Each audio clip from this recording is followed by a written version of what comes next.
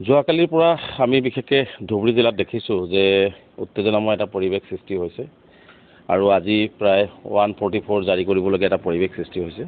গতিকে মই ধুবুৰীবাসী ৰাইজক আহ্বান জনাইছোঁ যে আমি সকলোৱে ইয়াত মিলিজুলি সকলো ঠাইতে বসবাস কৰিব লাগিব। কোনেও যাতে কোনো ধৰণৰ সাম্প্ৰদায়িক বিষবস্তু বিয়পাবলৈ চেষ্টা নকৰে, কোনেও যাতে এনেকুৱা ধৰণৰ সংঘাত সৃষ্টি নকৰে, তাৰ কাৰণে আমি আহ্বান জনাইছোঁ। সকলো পক্ষকে আমি শান্তি সম্প্ৰীতি বজাই ৰাখি আমি আমাৰ অঞ্চলবিলাক সুৰক্ষিত কৰিবৰ কাৰণে সকলোকে মই আহ্বান জনাইছোঁ। আৰু বিশেষকৈ মই ধুবুৰীবাসী ৰাইজক পুনৰবাৰ কৈছোঁ, সকলোৱে শান্তি সম্প্ৰীতি বজাই ৰাখক। যদি ক'ৰবাত কিবা ঘটনা হৈছে তৎকালীনভাৱে জিলা প্ৰশাসনৰ লগত যোগাযোগ কৰি সেইখিনি সমাধান কৰাৰ কাৰণে ৰাস্তা উলিয়াবৰ কাৰণে আহ্বান জনাইছোঁ।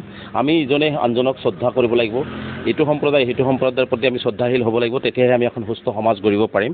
গতিকে মই সকলো পক্ষৰ হৈ শ্ৰদ্ধাশীল হৈ সন্মান সহকাৰে মই ভাবোঁ যে আলাপ আলোচনাৰ জৰিয়তে যদি কিবা সমস্যা থাকে সেইখিনি সমাধান কৰাৰ আহ্বান জনাইছোঁ।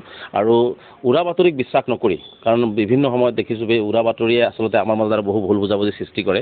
গতিকে উৰা বাতৰিত বিশ্বাস নকৰি উৰা বাতৰিক যদি কোনোবাই বিয়পাইছে বা উৰা বাতৰি উৰিছে সেইখিনি আমি জিলা প্ৰশাসনৰ লগত হওক, লোকেল এডমিনিষ্ট্ৰেশ্যনৰ লগত হওক আলোচনা কৰি সেইখিনি বস্তু আমি কনফাৰ্ম হ'ব লাগে।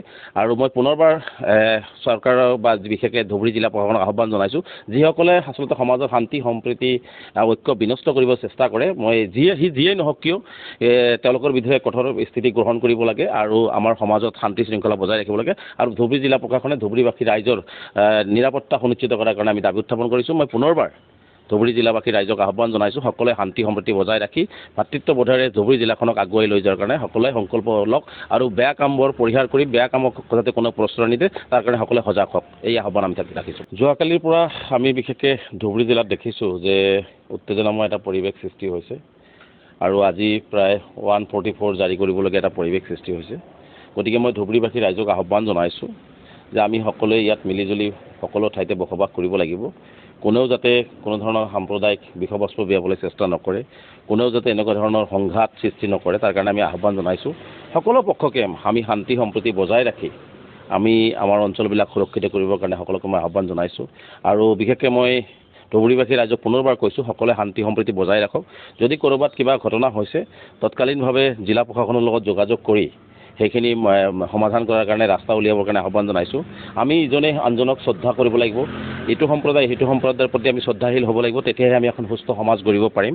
গতিকে মই সকলো পক্ষৰ হৈ শ্ৰদ্ধাশীল হৈ সন্মান সহকাৰে মই ভাবোঁ যে আলাপ আলোচনাৰ জৰিয়তে যদি কিবা সমস্যা থাকে সেইখিনি সমাধান কৰাৰ আহ্বান জনাইছোঁ। আৰু উৰা বাতৰিক বিশ্বাস নকৰি, কাৰণ বিভিন্ন সময়ত দেখিছোঁ যে উৰা বাতৰিয়ে আচলতে আমাৰ মাজত বহু ভুল বুজাবুজি সৃষ্টি কৰে। গতিকে উৰা বাতৰিত বিশ্বাস নকৰি উৰা বাতৰিক যদি কোনোবাই বিয়পাইছে বা উৰা বাতৰি উৰিছে সেইখিনি আমি জিলা প্ৰশাসনৰ লগত হওক, লোকেল এডমিনিষ্ট্ৰেশ্যনৰ লগত হওক আলোচনা কৰি সেইখিনি বস্তু আমি কনফাৰ্ম হ'ব লাগে। আৰু মই পুনৰবাৰ চৰকাৰৰ বা বিশেষকৈ ধুবুৰী জিলা প্ৰশাসনক আহ্বান জনাইছোঁ, যিসকলে আচলতে সমাজৰ শান্তি সম্প্ৰীতি ঐক্য বিনষ্ট কৰিব চেষ্টা কৰে, মই যিয়েই নহওক কিয় তেওঁলোকৰ বিৰুদ্ধে কঠোৰ স্থিতি গ্ৰহণ কৰিব লাগে আৰু আমাৰ সমাজত শান্তি শৃংখলা বজাই ৰাখিব লাগে। আৰু ধুবুৰী জিলা প্ৰশাসনে ধুবুৰীবাসী ৰাইজৰ নিৰাপত্তা সুনিশ্চিত কৰাৰ কাৰণে আমি দাবী উত্থাপন কৰিছোঁ। মই পুনৰবাৰ ধুবুৰী জিলাবাসী ৰাইজক আহ্বান জনাইছোঁ, সকলোৱে শান্তি সম্প্ৰীতি বজাই ৰাখি ভাতৃত্ববোধেৰে ধুবুৰী জিলাখনক আগুৱাই লৈ যোৱাৰ কাৰণে সকলোৱে সংকল্প লওক আৰু বেয়া কামবোৰ পৰিহাৰ কৰি বেয়া কামক যাতে কোনো প্ৰশ্ৰয় নিদিয়ে তাৰ কাৰণে সকলোৱে সজাগ হওক, এই আহ্বান আমি ৰাখিছোঁ।